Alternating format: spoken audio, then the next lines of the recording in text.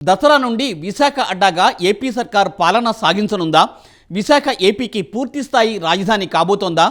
ఎన్నికలు తరుముకొస్తున్న వేళ సీఎం జగన్ దూకుడు పెంచేశారా? విశాఖ రాజధానిగా ఎన్నికల సమరానికి సంసిద్ధమైపోయారా? జగన్ నిర్ణయం వైసీపీకి ఎటువంటి ఫలితాలను ఇవ్వబోతోంది? అమరావతి వర్సెస్ విశాఖ అన్నట్లుగా ఉన్న రాజధాని రాజకీయం ఎలాంటి మలుపులు తిరగనుంది?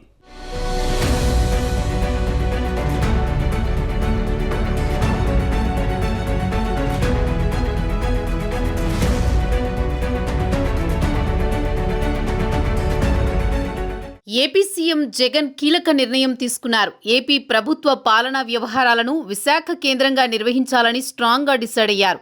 ఇప్పటికే పలుమార్లు వాయిదా పడుతూ వస్తున్న విశాఖ రాజధాని తరలింపు వ్యవహారాన్ని ఎట్టి పరిస్థితుల్లో దసరా నాటికి పూర్తి చేయాలని సీఎం జగన్ భావిస్తున్నారు. కేబినెట్ భేటీలో మంత్రులకు ఫుల్ క్లారిటీ ఇచ్చారు. ఈ ఏడాది దసరా పండుగను విశాఖలోనే జరుపుకుంటారని స్పష్టం చేశారు. వైసీపీ అధికారంలోకి వచ్చిన తర్వాత 3 రాజధానుల అంశం తెరపైకి వచ్చిన సంగతి తెలిసిందే.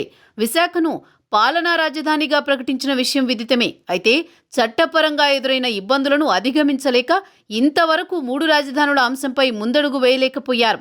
ఎన్నికలు ముంచుకొస్తున్న తరుణంలో రాష్ట్రానికి రాజధాని లేకుండా చేశారన్న విమర్శ ఎదురయ్యే అవకాశాలున్నాయి. ఈ తరుణంలో విశాఖ నుంచి పాలన సాగిస్తే ప్రజలను కొంతవరకు సంతృప్తి పరచవచ్చన్న కోణంలో జగన్ ఆలోచిస్తున్నారు. విశాఖలో సీఎం క్యాంప్ ఆఫీసును ప్రారంభించి అక్కడి నుంచే పాలన సాగించేలా చూడాలని భావిస్తున్నారు. అందుకు దసరాను ముహూర్తంగా నిర్ణయించారు. తాజాగా కేబినెట్ భేటీలో సహచర మంత్రులకు పూర్తి స్పష్టతనిచ్చారు. విజయదశమి నుంచే విశాఖ నుంచి పాలనను ప్రారంభిస్తానని చెప్పుకొచ్చారు.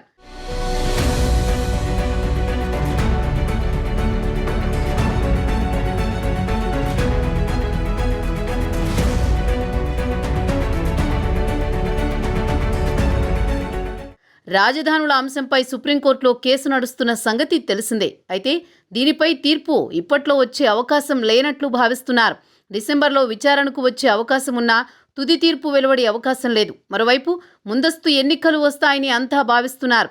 అటు స్కెడ్యూల్ ప్రకారం ఎన్నికలు జరిగినా సుప్రీంకోర్టులో అనుకూల వ్యతిరేక తీర్పులు వచ్చినా ప్రభుత్వ పరంగా చేసేదేమీ లేదు. ఈ తరుణంలో వచ్చే ఎన్నికల్లో విపక్షాల నుంచి ఎదురయ్యే విమర్శలు తట్టుకోవాలంటే విశాఖ నుంచి పాలన సాగించడమే శ్రేయస్కరమన్న నిర్ణయానికి జగన్ వచ్చారు.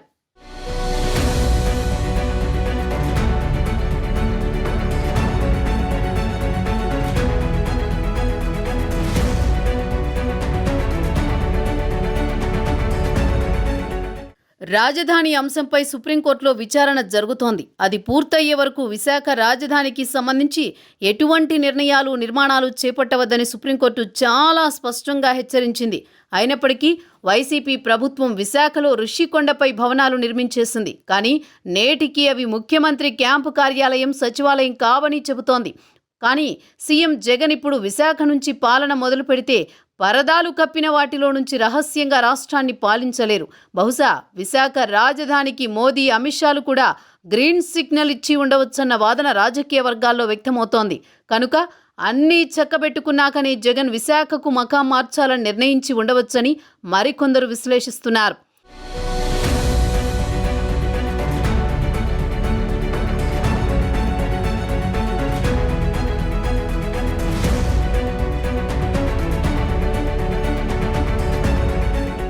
జగన్ సర్కార్ తీసుకొచ్చిన 3 రాజధానుల బిల్లుల్ని ఏపీ హైకోర్టు కొట్టివేసిన సంగతి తెలిసిందే. ఈ తీర్పును సవాల్ చేస్తూ ఏపీ సర్కార్ సర్వోన్నత న్యాయస్థానాన్ని ఆశ్రయించింది. ప్రస్తుతం సుప్రీంకోర్టులో విచారణ జరుగుతోంది. ఒకవైపు సుప్రీంకోర్టులో రాజధాని అంశం పెండింగ్లో ఉండగానే సీఎం జగన్ ఏకంగా దసరా నుంచి విశాఖ నుంచి పరిపాలన మొదలు పెడతామనడం సంచలనం రేపుతోంది.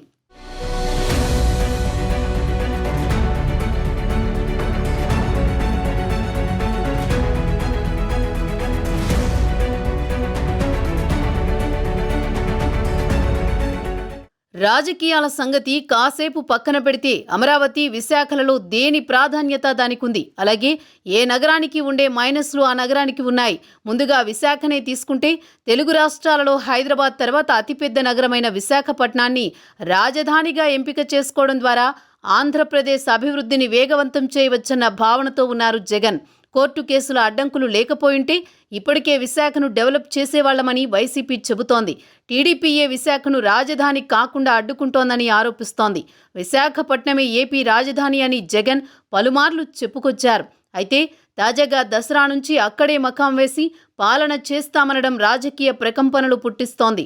బహుశా ఈ మధ్య కాలంలో ఇంత క్లారిటీతో ఈ విషయాన్ని చెప్పడం ఇదే మొదటిసారి కావచ్చు. 4 ఏళ్ల క్రితం 3 రాజధానుల అంశం ప్రకటించి సంచలనం సృష్టించిన జగన్ వివిధ కారణాలతో వెంటనే దానిని అమలు చేయలేకపోయారు.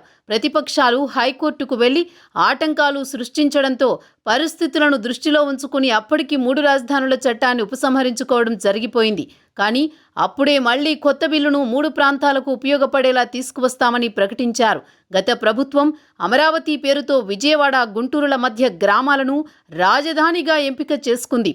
అక్కడ లక్షల కోట్ల వ్యయం చేస్తే కానీ రాజధాని నిర్మాణం పూర్తి చేయలేని పరిస్థితిని సృష్టించుకుందని వైసీపీ పదే పదే ఆరోపిస్తూ వస్తోంది. బలవంతంగా పలుచోట్ల రైతుల నుంచి భూములను సమీకరించిందని కూడా విమర్శలు చేశారు వైసీపీ నేతలు. సుమారు 33,000 ఎకరాల్లో రాజధాని నిర్మాణం అంటే లక్షల కోట్ల వ్యయం చేయాల్సి ఉంటుంది. తొలి దశలో 1,09,000 కోట్ల రూపాయల మేర మౌలిక వస్తువుల కోసం వెచ్చించాలని అప్పటి సీఎం చంద్రబాబు నాయుడు కేంద్రానికి లేఖ రాశారు. కానీ కేంద్రం మాత్రం కేవలం 2,500 కోట్లు ఇచ్చి చేతులు దులుపుకుంది.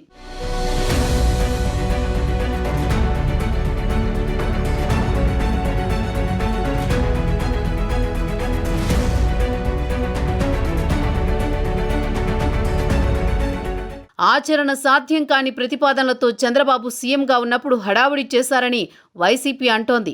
ఆ ప్రాంతంలో కుల జాఢ్యాన్ని పెంచి పోషించింది చంద్రబాబే అని వైసీపీ ప్రచారం చేస్తూ వచ్చింది. అమరావతి రాజధానిని రియల్ ఎస్టేట్ వెంచర్గా మార్చడం, ఇన్సైడ్ ట్రేడింగ్ వంటి ఆరోపణలు వైసీపీ ఇప్పటికీ చేస్తూనే ఉంది. అయితే స్కామ్లు జరిగాయన్న ఆరోపణలు పక్కన పెడితే అమరావతి రాజధానికి రైతుల నుంచి 33,000 ఎకరాలను చంద్రబాబు ప్రభుత్వం సేకరించడం అంటే మామూలు విషయం కాదు. దేశంలో ఏ రాష్ట్రంలో స్వచ్ఛందంగా ఈ స్థాయిలో రైతులు భూములు ఇవ్వలేదని టీడీపీ నేతలు చెప్పుకుంటూ ఉంటారు. అయితే ఆ ప్రాంతంలో కులజాడ్యం, భూముల స్కామ్ ఆరోపణలు, ఇన్సైడర్ ట్రేడింగ్ లాంటి అంశాలను లేవనెత్తుతున్న వైసీపీ 3 రాజధానుల ప్రకటన తరువాత అమరావతిలో రాజధాని సురక్షితం కాదని చెబుతూ వచ్చింది. ఇంకోవైపు రీసెంట్గా అమరావతి R5 జోన్లో పేదలకు ఇళ్ల స్థలాలిచ్చి ఇల్లు కూడా కట్టిస్తానని శంకుస్థాపన చేశారు సీఎం జగన్. అయినా సరే అమరావతి నుంచి విశాఖకు మకాం మార్చేస్తామంటున్నారు. అమరావతి ప్రాంతంలో తమ పార్టీపై వ్యతిరేకత తగ్గుముఖం పట్టలేదని, పేదలకు ఇళ్ల స్థలాలు ఇచ్చినా అక్కడ సేఫ్ కాదని భావిస్తున్నట్లు తెలుస్తోంది.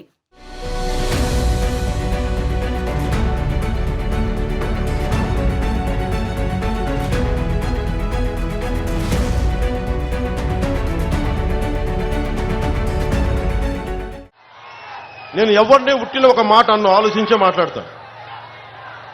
ఇదే ముఖ్యమంత్రి అమరావతిని రాజధానిగా నేను ఉన్నాను, ఉన్న ఎకరాలు సరిపోయి ఇంక అదనంగా ఇంకొక 10,000 ఎకరాలు కూడా ఇవ్వండి, 5,000 ఎకరాలు ఇవ్వండి అని చెప్పిన వ్యక్తి ప్రతిపక్షంలో కూర్చొని 20,000 మంది రైతులు 29 గ్రామాల నుంచి 33,000 ఎకరాలు తీసుకున్నారు. ఆ రోజున తీసుకున్నప్పుడు మొట్టమొదటి నేను చెప్పా, చిన్నగా ప్రారంభించి పెద్దగా చేయండి రాజధాని, అది నేను చెప్పాను. కానీ ఈ ముఖ్యమంత్రి ప్రతిపక్షంలో కూర్చొని సరిపోవని చెప్పిన వ్యక్తి ఈ రోజున 3 రాజధానుల నాటకం ఆడుతా ఉన్నారు. ఈయన షణ్ముఖ వ్యూహంలో, జనసేన షణ్ముఖ వ్యూహంలో అమరావతి రాజధానిగా ఉంటుంది, అమరావతిలోనే ఆంధ్రప్రదేశ్ రాజధాని ఉంటుంది. అది చాలా బలంగా మేము కత్తిపూడి సభలోనే జనసేన తరపున రాజకీయాల్ని కాసేపు పక్కన పెడితే రాజధాని అయ్యే అన్ని అర్హతలు విశాఖపట్నానికి ఉన్నాయన్నది మెజారిటీ వర్గాల వాదన. ప్రపంచంలో సరిగ్గా మధ్యలో ఉండే ప్రాంతాలను రాజధానులను చేసినవి వేళ్ల మీద లెక్క పెట్టొచ్చు. విశాఖపట్నం ఏపీలోని అతిపెద్ద నగరం, ఆల్రెడీ అభివృద్ధి చెందిన నగరం. రైలు, రోడ్డు, జల రవాణా విషయంలో 13 ఉమ్మడి జిల్లాల ఆంధ్రప్రదేశ్లో ఏ నగరానికి లేని ప్రత్యేకతలు విశాఖకు ఉన్నాయి. జిల్లా కేంద్రమైన విశాఖ నగరం పరిధి చాలా ఎక్కువ. ఉమ్మడి శ్రీకాకుళం, విజయనగరం జిల్లాలు దాదాపుగా విశాఖ నగరంలో కలగలిసిపోయాయా అనేంతలా అభివృద్ధి విస్తరిస్తోంది. అది ఆ నగరానికి ఉన్న అనువైన పరిస్థితుల వలనే సాధ్యమైంది. శ్రీకాకుళం, విజయనగరం జిల్లాలే కాకుండా విశాఖ జిల్లాతో ఉమ్మడి తూర్పుగోదావరి పశ్చిమ గోదావరి జిల్లాలోని వారికి ప్రత్యేకమైన అనుబంధం ఉంది. భూదందాలు, కబ్జాలు, అవినీతి లాంటి వాటికి చెక్ పెట్టి విశాఖ అభివృద్ధిపై కాస్త దృష్టి పెడితే హైదరాబాద్ని తలదన్నేలా విశాఖ మహానగరం రూపురేఖలు మారిపోయే అవకాశం ఉందని పరిశీలకులు చెబుతున్నారు. విశాఖకు ఎన్ని పాజిటివ్ కోణాలు ఉన్నా వైసీపీ వచ్చాక నగరంలో అవినీతి పెరిగిందన్న ఆరోపణలు అవరోధంగా మారిపోయాయి. ఇంకోవైపు అమరావతి రాష్ట్రానికి మధ్యలో ఉంటుందని, విశాఖ ఒక మూలన ఉంటుందని టీడీపీ అంటోంది. అయితే ఇప్పుడు సచివాలయ వ్యవస్థతో ఎక్కడి పౌరులకు అక్కడే పనులు జరిగిపోతున్నాయి. రాజధాని అవసరం సామాన్యులకు పెద్దగా లేదంటోంది వైసీపీ.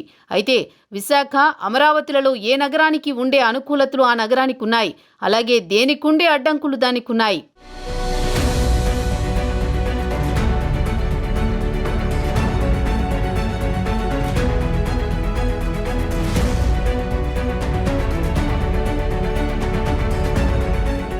విశాఖకు వైసీపీ ప్రాధాన్యత ఇస్తుంటే అమరావతిని మొదటి నుంచి తెలుగుదేశం, జనసేన సపోర్ట్ చేస్తున్నాయి. అమరావతి వర్సెస్ విశాఖ అన్నట్లుగా సాగుతున్న రాజధాని రాజకీయంలో ఇప్పటికే ఎన్నో పరిణామాలు చోటు చేసుకున్నాయి. కోర్టు కేసులు, వివాదాలు, అమరావతి రైతుల సుదీర్ఘ దీక్షలు ఇలా ఒకటా రెండా రాజధాని రాజకీయం 4 ఏళ్లుగా ఎడతెగకుండా ఉంది. జనసేన అధినేత పవన్ కళ్యాణ్ కూడా పలుమార్లు రాజధానిపై కీలక కామెంట్లు చేశారు. ఇప్పుడు దసరా నుంచి జగన్ విశాఖ అడ్డాగా పాలిస్తామంటున్నారు. మరి దీనిపై ప్రతిపక్షాలు ఎలా స్పందిస్తాయో ఉత్కంఠగా మారింది. ఆ రోజే 1,00,000 కోట్ల రూపాయల సంపద, ఇంకొన్ని రోజులు ఈ పనులనే అంటే 2 లక్షల కోట్ల సంపద వచ్చేటి. 10,000 ఎకరాల భూమి ఉంది. ఎందుకు ఇక్కడ ఉండే రైతులపైన నీకు ఇంత కోపం అడుగుతున్నా? ఎందుకు ఈ ప్రాంతం పైన ఇంత కక్ష అని అడుగుతున్నా? ఇది సెంట్రల్ ప్లేస్ అవునా కాదా అని అడుగుతున్నా. ఇది లాజికల్ ప్లేస్ అవునా కాదని అడుగుతున్నా నేను. విశాఖపట్నానికి అక్కడ చేయాల్సిన పనులు అక్కడ చేయండి మీరు. కర్నూలుకి అక్కడ చేయాల్సిన పనులన్నీ చేద్దాం, అన్ని జిల్లాలకు చేద్దాం. కర్నూలులో ఓర్వకల్లు తీసుకొస్తే ఇండస్ట్రియల్ టౌన్షిప్, ఒక్క ఇండస్ట్రీ రాకుండా అప్పుడు పెట్టినట్టు తప్ప రాలా. ఇంకో పక్క ఇరిగేషన్ ప్రాజెక్ట్స్ అన్నీ పోయినాయి. ఇంకో పక్కన ఇంటర్నేషనల్ ఎయిర్పోర్ట్ ఫ్లైట్ ఇవ్వలేకపోయారు మీరు. నేను ఎయిర్పోర్ట్ కడితే మీరా మాట్లాడడం అంటే ఏ విధంగా చేస్తున్నా దీన్ని బట్టి అర్థమవుతుంది. 2 ప్రాంతాలపైన వాళ్ళకి ప్రేమ కాదు, కావాలని దుర్మార్గమైన ఆలోచనలు చేసి అమరావతిని చంపేయాలి కాబట్టి చంపేశారు. ఆ మాట చెప్పారు నేషనల్ మీడియా కూడా. అమరావతిని చంపేయడం కరెక్ట్ కాదు.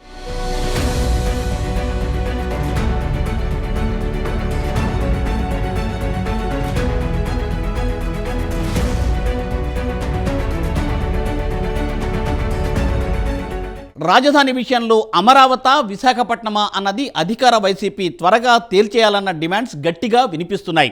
వైసీపీ పదవీకాలం ముగిసేలోపు రాజధానిపై తేల్చకపోతే అది అసలుకే ఎసరు వస్తుందన్న టెన్షన్ అటు వైసీపీలో కూడా ఉంది. చూడాలి మరి. విశాఖ రాజధానిగా పాలన ప్రారంభమైతే రాష్ట్రంలో రాజకీయ పరిణామాలు ఏ విధంగా మారిపోతాయో అన్నది.